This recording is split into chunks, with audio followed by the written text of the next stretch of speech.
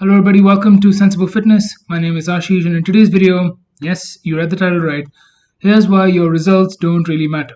Now this is a video that comes up because the most common question that I get asked as a personal trainer is what is the best method to lose fat or lose muscle? What is the best diet to lose fat, or what one exercise should I be doing that will help me lose fat and burn fat the fastest? So this was something that I wanted to address and also talk about how picking the best exercise is not really what your focus should be when you start, and also talk about what your focus should be when you're just getting started on your fitness journey. So starting with assuming that there is a best program, that program in and of itself, be it for fat loss or weight gain, is going to be completely ineffective if other factors like, say, your diet and your sleep are not in check. If those are not in check, then you could exercise how much ever you want. You're not really going to lose fat or gain muscle. Like as we talked about before, fat is all about being in a caloric deficit. The most important thing for being in a caloric deficit is your diet. It's as they say, abs are made in the kitchen. Right? So when you lose fat, your diet will play the most significant role rather than the exercise. Again, also for muscle, exercise obviously plays a huge role, but muscles are actually built during recovery when your muscles get healed. And for that, you have to again be eating right, you have to be sleeping right, your exercise selection, of course, has to be right. But without these other factors also in check, it's going to be completely pointless. But let's take something that is considered better, right? Let's take HIIT cardio. It is the craze now. People are doing HIIT cardio workouts all the time. So let's take that right now. Is HIIT cardio better than, say, a traditional steady state cardio workout of, say, jogging or cycling? Well, technically, yes. So, as per a post shared by Dr. Brad Schoenfeld, it shows that each exercise session, when you're doing HIIT cardio as opposed to, say, steady state cardio, you burn 31 more calories per exercise session. So, this is better, quote unquote, better than steady state cardio. Let's say that you don't really like HIIT cardio, but you choose to do this. If you're someone that likes, say, walking or jogging or cycling, but you force yourself to do HIIT cardio, then yes, you will burn 31 more calories per workout. Obviously, that's an approximation, but for this situation, let's just take that. Now, we know that to burn off 1 kilogram of fat, you have to burn about 7,700 calories. So if you were to force yourself to do HIIT cardio over, say, a type of cardio that you actually enjoy, you will be burning a grand total of 1 kg of fat more than you would have. And this 1 kg of fat would be over a period of 8 months. Now, 1 kg over 8 months, I don't know about you, but to me, that definitely isn't worth the stress of, just having to do something that you do not like. If you don't like HIIT cardio, there's no point in doing it just for 1 more kg of weight loss over 8 months. So, what should you focus on instead of just getting results or just looking for the fast results?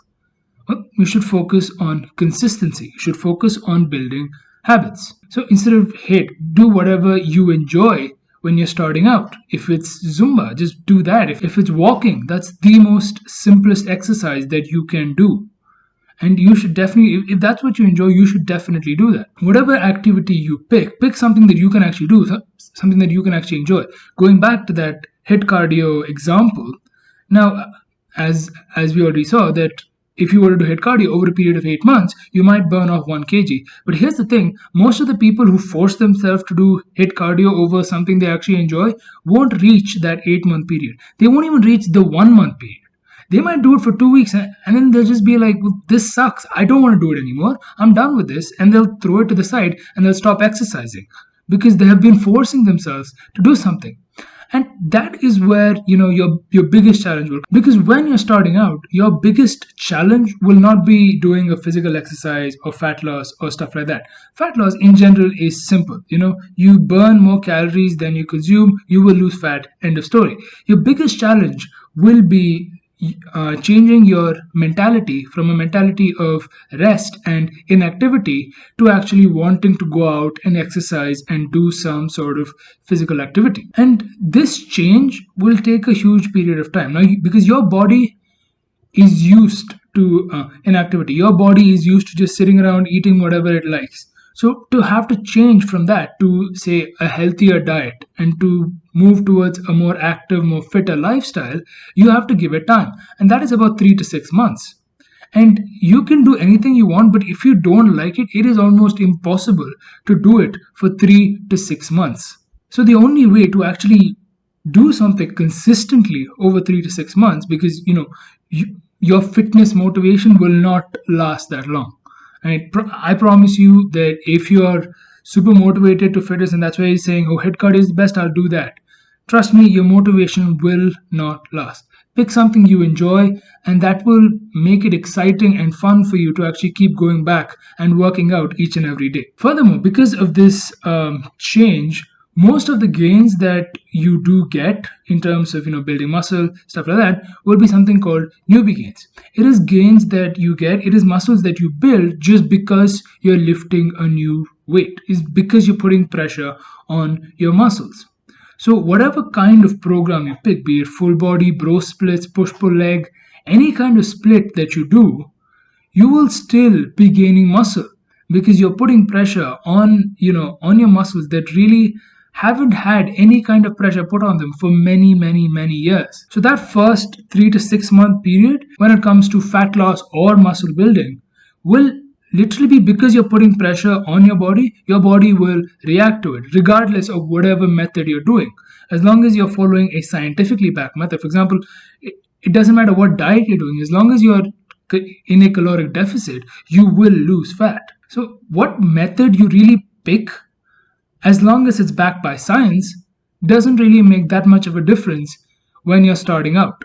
And last but not least, now this can be for fat loss, this can be for weight gain, but this can be for building muscle, anything.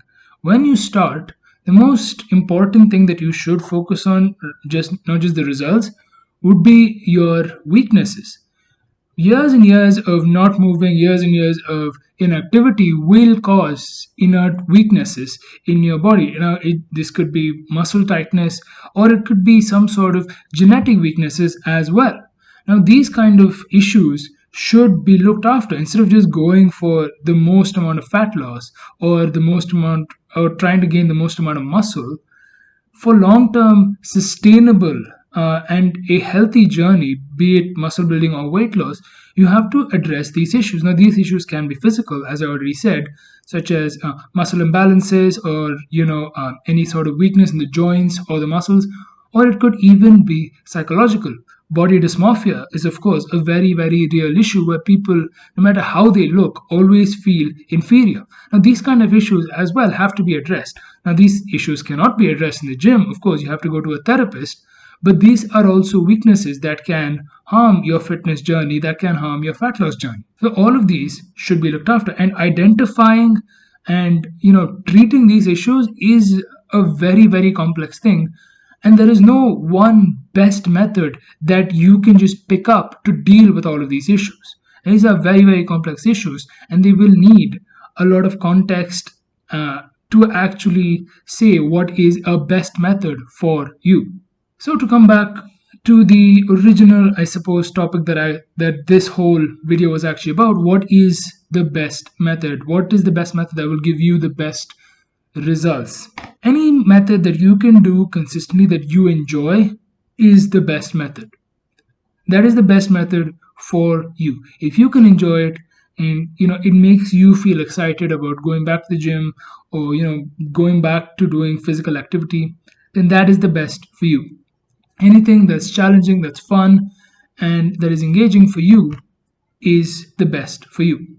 And that really is the keyword, is you. As I've talked about in my previous video on specificity, or any of my other videos on building muscle or fat loss, it really does depend on you. What works for you? And this can mean any kind of activity. If it's bodybuilding, that's what you should pick up. If it's walking, that's what you should pick up. If it's just something as simple as yoga, that's what you should pick up. Whatever works for you, you should do. Build a habit Do it consistently for 6 to 12 months, and I promise you the results will follow. And that was the video on why your results don't matter and what you should focus on instead. If you like the video, like, share, and subscribe. Please do click the bell icon to be notified every time a new video drops. If you have any comments, questions, doubts, or topic ideas which you would like me to make a full video on, please do leave them in the comments down below. If you're interested in conversations about music, please do check out the Basic Travel podcast. If you're interested in conversations about gaming, please do check out that Indian Gamer. Once again, thank you very much for watching, and I'll see you all next time. Goodbye.